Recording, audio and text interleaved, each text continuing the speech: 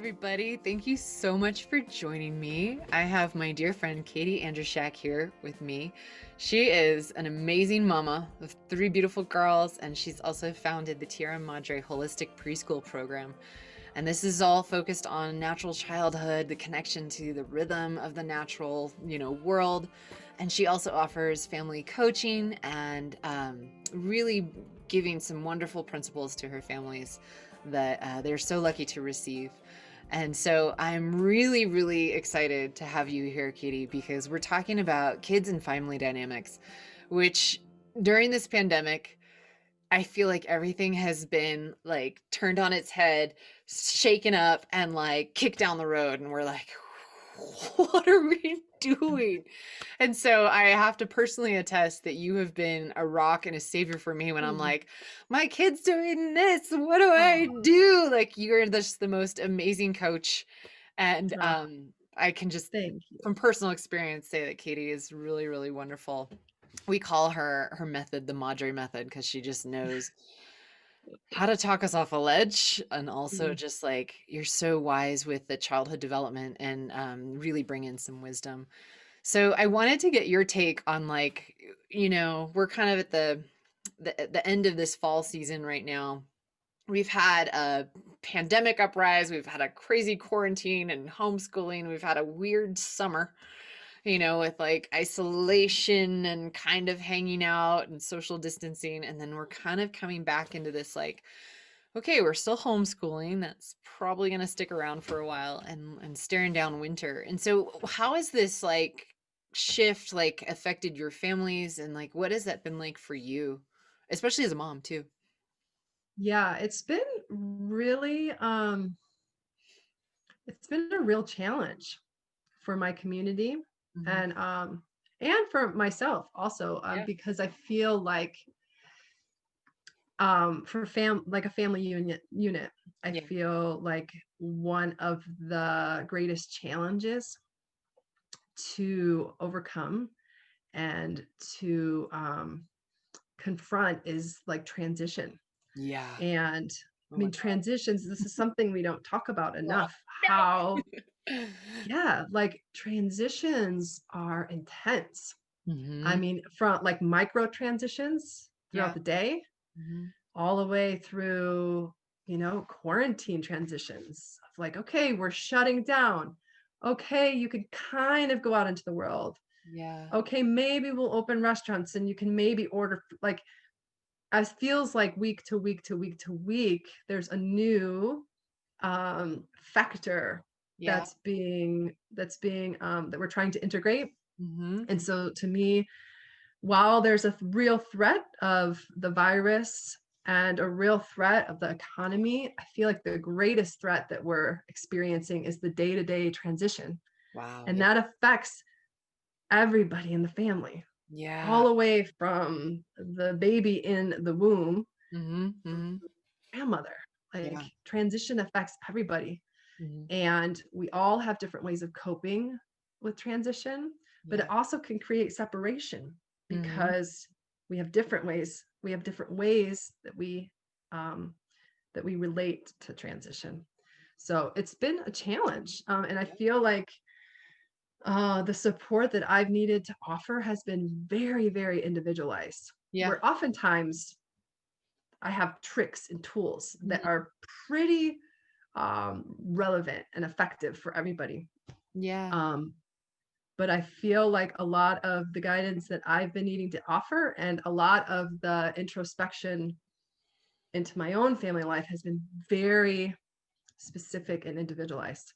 Yeah. It's Yeah. definitely intense. I think what you said about transitions, I didn't or I want to come back to like the micro transitions. Like I didn't think about that. You think about seasonal transitions and like those are hard on me. Like I always have a Yes. difficult time like in fall. I get the sads because I'm like the leaves are falling off and it's going to be cold. Like I bum out.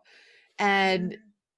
but when you really think about all these little things and that's what I love you've brought to my attention like the way especially watching our kids like navigate through this and I think too like and I would love to get your take on this like I noticed with my son who's 6, there is almost a grieving process that has had to happen Mm. because, he gets so upset and like his rage kind of hits out of nowhere and kind of hard and fast. I'm like, what's going on? The pandemic, I blame it on that. But I realized like we transitioned him out of like normal going to kindergarten and playing with your friends to like, sorry, you can't go outside, like wear a mask. And he's like, to hell Big with time. this. But like how do you talk your families through like when this idea of like letting the kids grieve the loss of that for them, like this Yeah. childhood play and Yeah. fun Yeah. and birthdays. I think that's a huge component of transition actually is the letting go Yeah. of even if it wasn't pleasant, Yeah. letting go is hard and you grieve it even if what's coming in is better, Yeah. you still are grieving what's being lost. Yeah. Uh, Yeah. so the most important thing that we can do for our children and each other really it's actually very simple and it's not out of a textbook and it's not something you need to study. It's just something that we all need, and that is just to witness the Mm. emotional experience and to validate it. I Yeah. think I Yeah. think our impulse as parents is to make better. If Yeah. my child is uncomfortable, I'm a fixer. Yeah, I get what that. can I do to make them better? What Yeah. can I do to make them feel better? Yeah. And then it's this vicious cycle of like, I hope I'm doing this right. And I'm offering something that should make them feel better. And it's making them feel worse. Like it's this vicious cycle. We're trying way too hard in Yeah. these moments of grief, Yeah. where all we need to do is to sit with them and hold them Wow. and, Yeah. and, and reflect Yeah. what we're seeing. Like a lot of times I narrate, like Yeah. instead of trying to redirect or, but I know you're feeling that, but then there's this, like Mhm. I just Mhm. narrate, oh honey, you are feeling so sad right now. Like this is so hard for you. Mhm. You want to throw your spoon on the floor right now. You are so mad. Like I Yeah. can see you're really upset. And whether they physically want you to hold them or energetically want you to hold them, that's all they Mhm. need. They don't need to feel better Yeah. because they are programmed still Yeah. self-regulate. Yeah. We somewhere at some point in time, a lot of adults When did like that me, happen? Yeah. we lose that ability probably because someone swoops in and does it for us. Honestly, Ah, I see. So we're doing kids are ourselves the born, favor. Yeah. children are born with an innate capacity to self-regulate. Yeah. So all we need to do is create a safe container for them. They know what to do. Wow. They Yeah. know what to do. Their emotional body is still whole, most of them. Mhm. So it's a witnessing and a narrating, but validating that it's okay to grieve and it's okay to feel sad and it's Yeah. okay to feel scared. Yeah. Oh, that's amazing. I know, like, as a fixer, like, that's where I Mhm. go. And so that's First, such helpful advice to, like, really think about just witnessing is more than enough and probably, more beneficial for them. yeah. That's so, God, you're a wise lady. Damn, girl. I I'm like, don't "Oh, yeah, know. it's that simple." Like, "Okay, I need to can we just tattoo that on my forehead? Like, just witness your kid, that's it." I You know, know? I know, I know. And Well, and I separate too. Like we yeah. sometimes take on Mhm, mhm. their grieving or their frustration or their Yeah, anxiety or whatever. And like, and that's, I think that's why we want to correct it is so that we yeah, can feel better. But totally. being able to separate and know that like when you step into your knowing as a parent of what to do, Yeah, yeah, you stay in that authoritative yeah, parental role. When yeah, you feel into what they're feeling and become one with their emotions, totally. you almost lose the capacity to really hold it. Completely, and I think that it's like is exactly what you said, it's attuning, and staying in your own like, being the tree, you know? Yes, And I exactly. I definitely I've become victim to this too, where I just merge with my son's energy 100%, and then I cannot, it's the oxygen mask theory where I can't help him because I didn't maintain Totally. that tree like energy center. Yeah, And I think it's because, if your kid came out of your body, like they are you, they're a part of you, and it's so absolutely. like it's the worst thing to let them or feel like you're letting them suffer, or you just don't Mhm. want to ever feel them in pain. But you're right, like Mhm. you are taking that away from them or their ability to cope with that further, down the line if you just do that for Yeah. them. And Yeah. we experience in this household a lot of feelings, like a lot of feelings coming up. And um I remember I even approached you and I was like, what's up with my kid? Like and I think it was a lot of the 6, 7 year old transition. We talk Mhm. a lot about like they're becoming less these children of wonder and imagination to more like the adult, like, okay, this is real and this is not. And I have to like be tough in this world that's Yep. not just this little cocoon anymore. That's right. And it was intense for me, like watching all these feelings come up. And like, so have you seen that with your kids, especially during the pandemic? Like their emotions are just like, it's the Richter scale is way high and way low. Like it's not Yeah. really even keeled anymore. Yeah, absolutely. And again, I mean, children of our times are the canaries in the coal mine. Oh, So wow. That's they so don't true. have the mental capacity to talk themselves out of feeling anything. Yeah. And energetically, they are so open. Hmm. So they take on the Yeah. collective consciousness. Yeah. And so I feel like that's why it's so important for us as their caregivers Yeah. and their parents to acknowledge that. And I've gotten a lot of feedback from parents about like discipline, like Yeah. how they can bring in more discipline, or their child is being more defiant, like almost negative framing of their child's behavior. Right. But to me, I have such a reverence for children who are presenting with challenging behaviors, because it tells me that they're picking up on something. You 100%. know, they are super sensible beings. They have senses that most adults don't have anymore. Yeah. Yeah. Um, Numb to that. and they don't know what the heck to do with all of this information. Yeah. And if we can listen And to that and be like, oh, this yeah, is up, yeah, and just and respecting it, like Yeah. almost the word reverence comes to me of like seeing a Mhm. child that's walking through the world and expressing the frustration or expressing the heartache or the fear or the doubt in a healthy way. Like Yeah. we're offering, Jesse, you're offering workshops at some point in time to throw and smash plates or to yell and scream. Like To act like 4-year-olds. we're re-toddlerizing We're because retoddlerizing. Put that in the Madre they Method handbook. that's the thing. It's like they rage and they're done in 5 minutes Yeah, and they're they better. move it. They move that They energy, they move that move trauma, they that move shit out. that angst. It's not pretty and it's scary for us because we Yeah, want to be poised and we want to be graceful.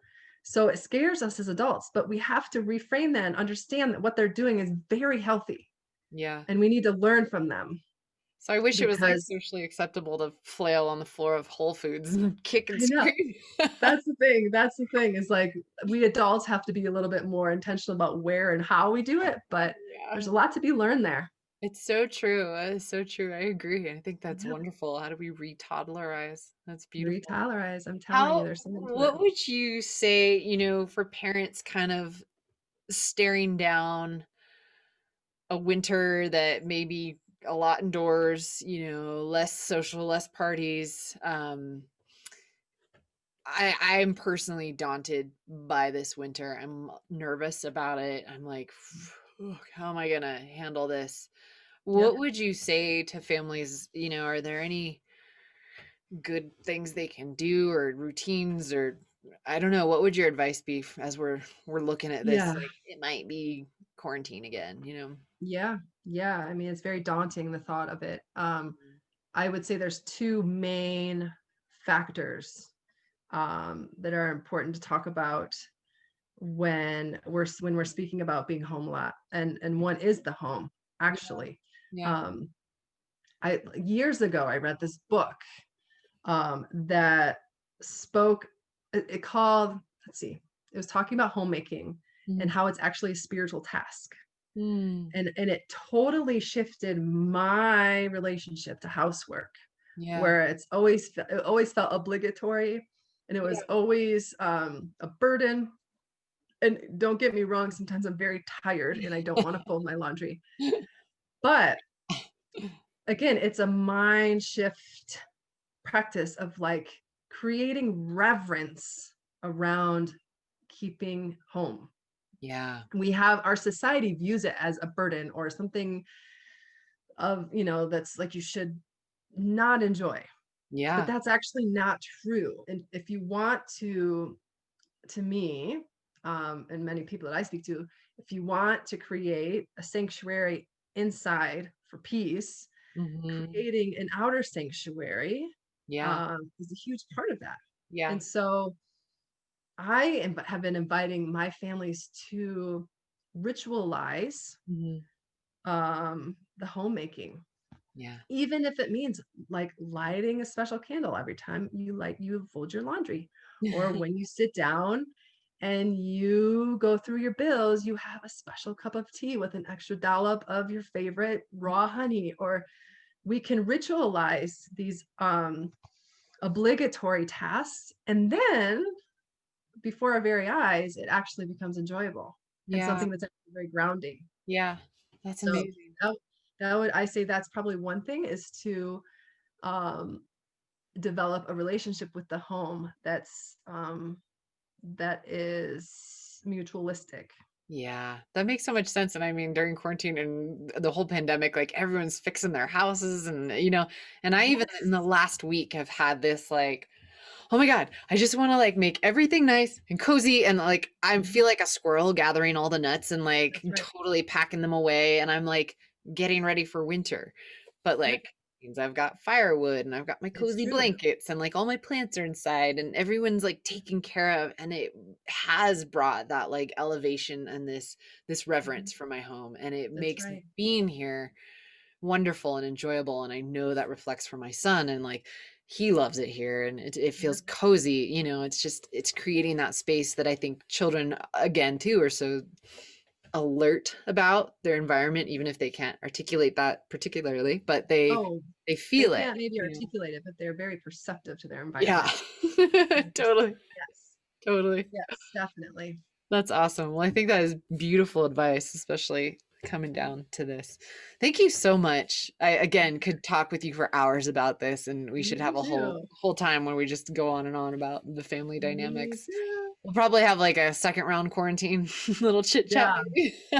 Yeah. I'm looking forward to it. Oh, I know. But thank you. Thank you so much for sharing your wisdom.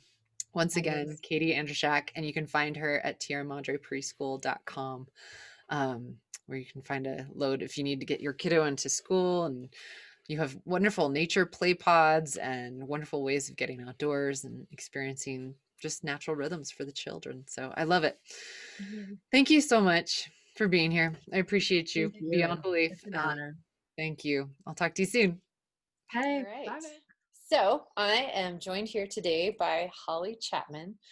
Holly Chapman's business, Wild Crafted Wellness, is an amazing cranial sacral therapy that she offers. And Holly, you also offer holistic nutrition and body work, right? Yeah. Yeah. You're just like a Jill of all trades when it comes to that like sweet alternative lifestyle. I love it. But I think I've worked with you in the cranial sacral realm and love what you do. Like I never really understood what was actually happening, but kind of looking into it, what you're able to do. Can you elaborate like a little bit about what cranial sacral like opens up for people? Mm. Well, I think biologically it's sort of this, you're working with the craniosacral system, which is Uh-huh. really the system.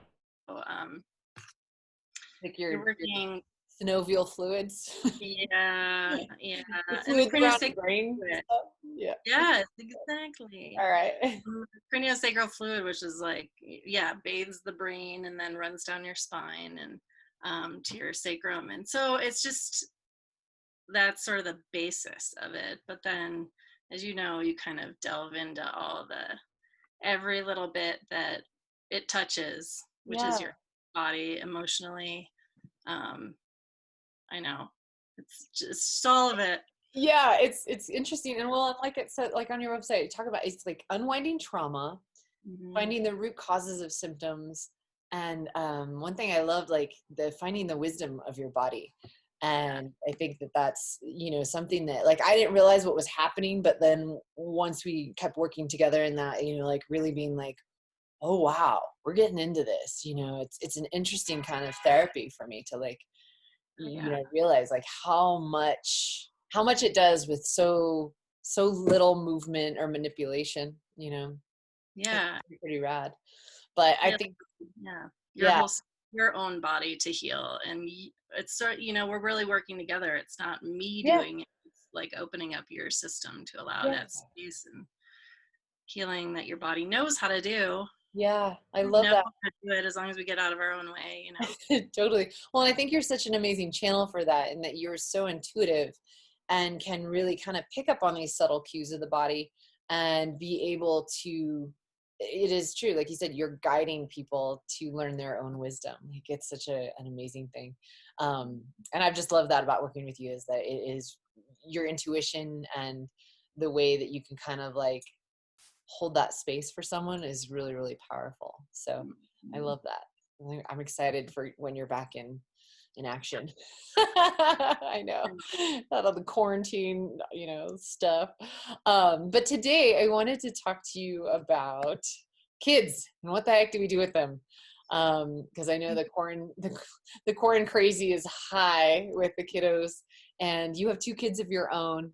And I don't know about you, but like I realize sometimes I'm more stressed out than I think I am. And then I find myself snapping at my kid. And then it just turns into this whole mirror situation of my stress and him trying to process and understand what's going on and not knowing Yeah. if I should be like filling him in on everything. Like, how have you dealt with your kids, and what's your wisdom on that? Like, what do we do with them? I still always wonder if there's any wisdom. It's like, trial and error. Yeah. And I do a lot of apologizing. Yeah. A Which is lot of okay, right? apologizing and talking through stuff with them. And sometimes I think it's too much.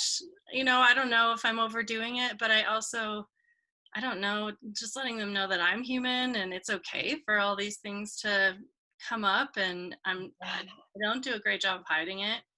And we just talk about it. And I know it's almost like, yeah, I I'm the love that. opposite of what happened when I was a kid, but Yeah. it's somewhere, even if it's not obvious right in the moment, I can tell when they come to me later or whatever that they're getting it and they're feeling eventually enough confidence to be able to come seek out, and be who they are, because I'm being who I am. And Yeah. Well, and you I know think that's the example that you give them, right? It's like if you can allow that, because I yeah, find myself like, I'll be crying in the kitchen behind like a cupboard. And I'm like, well, what if I let my kids see me cry? I don't know how to get to that place. Like, I'm like, teach me your ways. Because I think that's so amazing to be able to like show your kid that vulnerable side, right? oh yeah, yeah. And I can still see them. They're both very different, so it's really Oh, are they, interesting. by the way? Charlie's 13 and Rosie's 11. Wow. So just like having the difference of girl and boy and the ages and Yeah. just their Yeah. different personalities. I've got one total fire pot and one Yeah. like holding it all in. So, Wow. and this week has been interesting just with the ending of school and Charlie sort of moving on to another school. And it was a lot of like endings and Yeah. a lot of emotions of leaving certain people. And I mean, with your mask on, I was like crying in my mask and like blowing my nose in it. Right? And Oh, Charlie's like, Mom, oh, geez. Yeah, it's got to be weird for them. Like, how do they process this, this difference? Because granted, they've had other, ends of school years before. Maybe it's a lot different this year. But, like, how do they deal with that? Or how do you help them deal with that as they go through that? I think still just talking about it, and like I say, I think I overdo it. Sort of like I keep talking even if I can tell that they're like a little pulling Yeah. in. Yeah. But I think just even um we've talked a lot about just with so much happening in the world too, of like feeling like, well, even though I'm upset, this doesn't seem really big, Yeah. like, or every now and then when we've been talking about, my husband will be like, well, imagine the people that are having this and having this. And I was like, just let them have their thing though. Cause to them, this is really real, that like Yeah. orchestra didn't get to happen, or these things that were going to be really special this year didn't get to Yeah. happen in the Yeah. way they wanted. And like, yeah, I mean, I think it's the same even for us, of being like, oh, it's like belittling your grief and your sadness and That's your, true. Well, and someone said that to me. They were like, these kids are grieving a lot and may not be able to outwardly say, like, Mom, I'm grieving this. Like, they act out, or they're lashing out, or they're, being temperamental. And it's like, think about it. Like, they can't see their friends and maybe don't exactly understand entirely why, or, things like that. I think that grief is real. And I think too, tell me if you feel this way, like as a therapist, I feel like there's this, along with the collective of experiencing this grief or these changes or this, hardship, as a therapist, you're experiencing it too. Cause like, it's not like, oh, my client is having this problem and I'm here in this place of like, untouched anything, nothing's wrong. But like, we're all going through it concurrently, and it's probably gonna be a little weird and probably similar to like the kids, it's like, I don't know how I'm processing this. Like, how do I help my kid process it? yeah. And I guess I kind of stay in that, like, I'm not quite sure myself. And Yeah. I'm Admit honest that to with them. them about that, of just like, and I know maybe, with younger kids, it's because it's hard. You feel like to kind of have this container for them. And Yeah. Some safety, I guess there's also that, yeah, like trying to figure out how to hold that container and that like safe space with also being vulnerable and grieving and sad within it. And Yeah. I don't know, that's definitely an ongoing process for me, but I just keep trying. Yeah. No, I think that's really great. And then like, what a beautiful example for them, because I think, that's how they learn to deal with these things. And if we're like, everything's fine, I'm just going to stuff it down, like their kiddos are going to do that too. And, Yeah. it's hard. I admit it's hard for me to be vulnerable in front of my child, but I know it's really helpful and real, a lot more real. And as he gets older, I mean, I think just the way you can make sense of stuff changes for them. Yeah, their context, totally. Yeah. Yeah. Because, yeah, I imagine your conversations with your kids were probably a lot more real about like, all right, here's what's going on. Yeah, with the older one, for sure. I know I know I need to keep the younger one more insulated for Mm, her own, same as me. Sometimes I just need to take a break from the, yeah. Yeah. news and the, and it ebbs and flows. It's been a roller coaster, and It I've really been like, has. I'm gonna shut down. I'm gonna go find the cabin. And I was like, no. The Yeah. last couple weeks, I'm like, I just suck it up and rise. But I also have felt all of a sudden more kind of grounded and stable, and I don't know, in my system, that Yeah. I'm okay Yeah. now. I can face that a little more head on. Yeah. And is that finding like that grace in that routine more so, you think, that's brought that, or? Maybe I guess, yeah, I don't know if just sort of like at the beginning of all this and feeling like it's temporary, and then sort of Yeah. getting like, wow, this stuff is really changing, and which I love.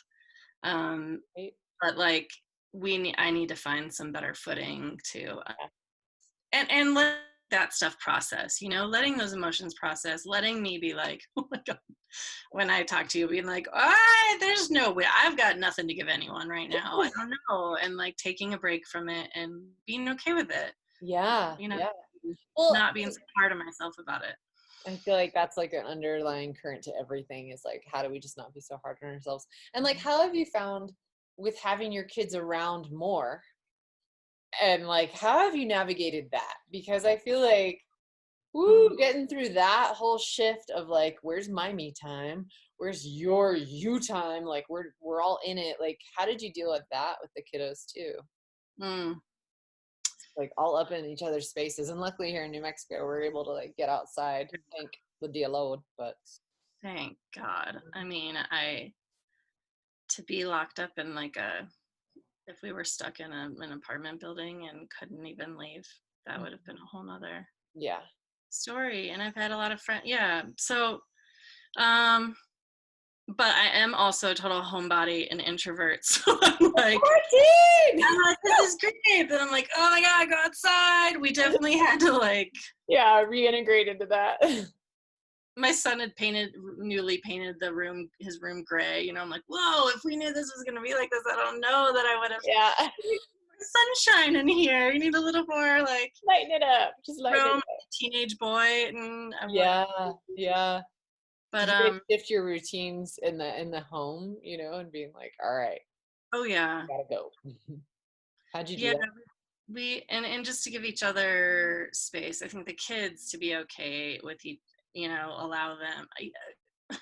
My husband's been able to leave. He still was working and Yeah. had to be open, and we didn't have to, but that's the way it went. And Yeah. took him home, and we're like, "What's it like out there?" How are the streets? And really, him not necessarily understanding either, because he was still seeing people and like, Yeah. and he'd come home and just sort of like as normal to him. And the other day, I Yeah. said, Charlie hasn't seen anyone in like 3 months. Yeah. Exactly. It's sort of like he's gone back to newborn. He's so attached to me. So attached. Interesting. And why do you think that is? Just because they've had more time with you, or is it a safety? Like, I feel more safe with mom. Like, that's fascinating. He's kind of always been that kid too. Yeah. Yeah. He's like, do you want to FaceTime with a friend? Nah, I'm good as long as I have you. Oh, what? I know both. Like, I love you, and Need some space. just don't touch my elbow. The other day I'm like, don't touch that elbow, please. Yeah, jeez. Breathing room. Isn't that interesting? Well, and I think that's the thing too for like, granted, some kids like they've had more, exposure to their parents. Mm-hmm. My son was like, why are you talking on the computer on those boxes all the time? Like, well, babe, guess what? This is what I do, like, technically when you're not around, like his understanding of what I do all day. And he was like, why do you have to work all day? I'm like, I don't know. But their context has changed a lot, and I think that's really interesting for them. Do you think that kids are going to be like, I'm curious if this is going to be enough of an impact that like in 10 years they'll be like, oh, this is the COVID generation, like, oh, this was, they dealt with this. Like, I don't know if it's enough time, maybe if it continues through the next year. But I imagine there's going to be some interesting, I don't know if I want to call it like developmental, but just like weird sociological things that are happening because of this shift for them. Like, what do you think is going to happen with that? Oh man, I don't know. It's a TBD, right? Like, yeah. I don't know. It is really interesting. I mean, I think some of what I have found is like off-putting. The things that I don't necessarily want to deal with in terms of like wearing a mask or those kinds of things where I'm like, I'll just stay home. I don't need to deal with that or whatever. And Charlie's like, put your mask on, let's go. Like, he thinks it's kind of cool, Yeah. It's sort of they almost think it's like, what's the problem? I'm like, yeah, it's their new normal. I like want to kick myself in the head every time I say new normal, but it is. It's kind of like, it's funny because they'll grow up with that. Like, yeah, you wash your hands every 30 seconds. Like, no big deal. right. It's interesting how they'll grow up. I'm very curious to see like that sociological kind of fallout, or well, not even fallout, but just transformation, I mean, I think the cool thing that will come, I really am excited to see the direction schools go in. Me too. Because I don't know, just that shift away from that kind of structured, really structured, following this. I don't know. I just think it will open up so much in terms of more self-paced, hopefully. I don't know. Yeah. But you know, thinking about going forward and how especially if whether they can go back or whether it's going to be half on, half off, or you know, only a certain amount of kids or whatever. And a lot of people who are moving more into homeschooling or online school, and how it will kind of open up their day too. I guess that's the other really big thing that it's shifted is like the sports, all the extracurricular stuff that stopped. Yeah. Well, don't you feel, I was like, how do we run around and take them to all these things normally? Like, Yeah. it was really nice to not have to like be running off to soccer practice or doing this and like, you know, racing home and feeding him dinner and being like, okay, time for bed. Like, Yeah. just breathing room. Having that space to, yeah, and for them to really see like, oh, what else am I interested in? What can Yeah. I'm bored. What do I want to do? You know? Yeah. So I don't know. I'm excited about that. I think so too. I know I was listening to a podcast that was talking about like how it's really great for kids to be bored because, you know, back in the old days, like that's when they use their imaginations and they kind of like start to just like get into other little creative play. And it's funny, like whenever my son says he's bored, I'm like, good, you know, huh? What? But I think, you know, and isn't the school system like that's based on like, I want to say that was like from the industrial, you know, revolution times when it was like, this is what you do. You sit in this seat and you learn this and then you go and you have to go do this. And so I think this is such an amazing shift to really see like how kids learn, how they learn effectively. And like, I'm really thankful that we've had the opportunity to like rehash through this and be like, all right, start from the, you know, like, it's great, honestly. I think I'm really hoping that there's like a much more beautiful way of learning because especially kids learn, you know, so differently. And a lot of it's this kinetic learning. So this part of being outside, maybe not stuck at a desk, you know, granted you're staring at an iPad for a few hours and then you're boogieing outside, but I don't know. I'm curious to see how it'll all shake out. So it's been an interesting shift. Yeah, it'll be neat. So gosh, all these little kiddos though, it's really, you know, it's neat to see how resilient they are. I think you probably would agree. Like they're honestly like a really great example for me to be like, all right, here's how you bounce back, you know, just kind of roll with it. So gotta love those kiddos. So anyway, well, thank you so much for chatting with me today about kids and what the heck to do with them. I love some good old-fashioned mom advice. So I appreciate your wisdom on this. So thank you so much for being with us. I appreciate you.